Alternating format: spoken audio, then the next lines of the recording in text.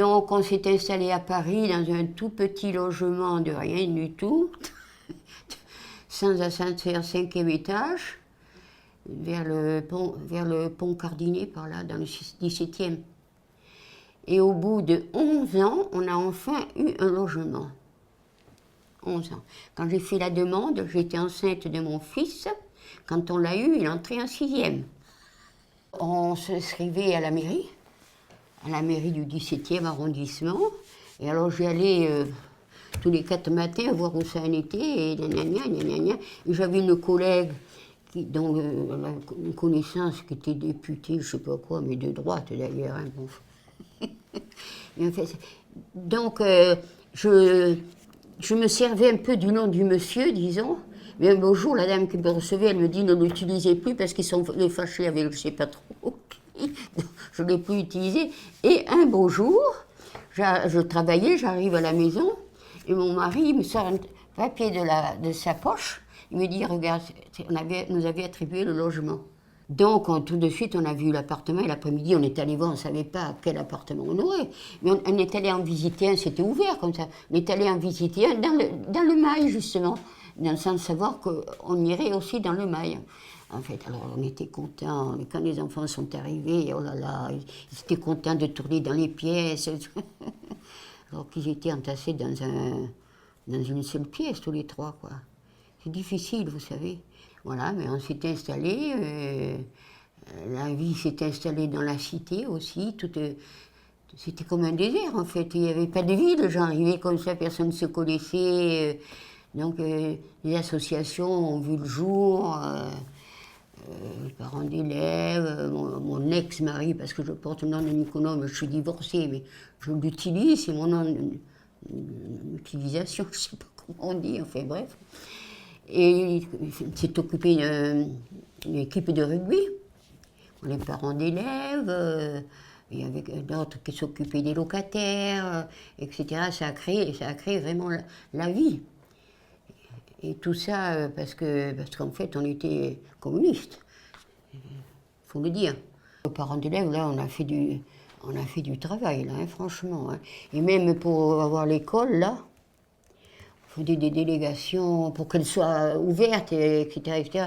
Je me rappelle qu'on était allé en délégation service de l'éducation nationale, peut-être ministère, je ne sais pas quoi, accompagné par Valdez Crochet.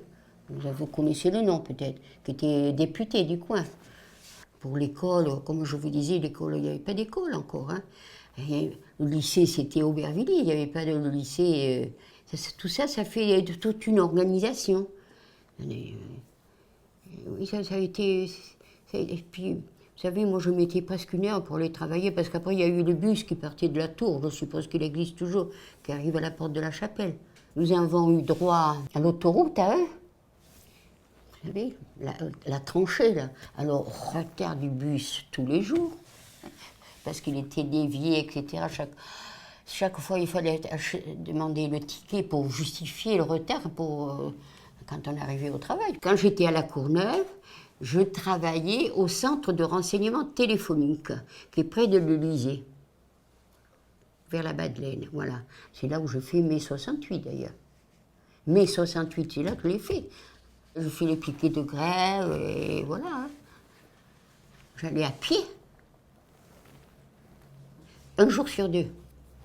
J'allais 1 jour sur 2. Mais c'était un beau souvenir, ça aussi. Hein.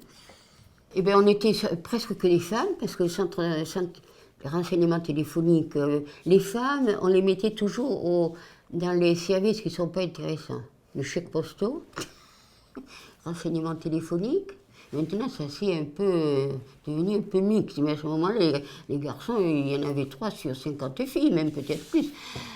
Plus de 50 filles, je veux dire. Et bien donc, on a fait grève, les filles, on peut dire, les femmes, mais on n'a pas pu occuper. Parce qu'il y avait des occupations de centraux téléphoniques. Vous savez, elles ont été bien à la hauteur, les femmes. Je peux vous dire, les centraux téléphoniques, les Inter, Archives et compagnie, certaines travaillaient et filtrer les appels, donner suite aux appels si c'était quelque chose d'important. Tous les autres, c'était refoulé. C'était une sacrée organisation. Nous, on n'en était pas là, on a fait grève, des piquets de grève, on allait aux manifs, aux meetings. Et puis voilà, c'était, vous savez, il y avait des manifestations qui représentaient quelque chose. Une fois, on a marché pendant 6 heures. 6 heures, ça fait 1 million de personnes. Mais vous savez qu'à l'époque, quand je me suis arrêtée 2-3 années, là j'ai tiré le diable par la queue, il fallait bien que je vive quand même, et les gosses aussi. Hein. Et quand j'ai repris, il a fallu que j'ouvre un compte en banque. Il a fallu l'autorisation du mari. Jusqu'en 65. Mon propre argent. Même si j'achetais quelque chose à ce moment-là, les commerçants me faisaient des histoires sans... Même ça, tiens. Mais oui, votre mari, mais mon mari, c'est mon salaire, je fais ce que je veux.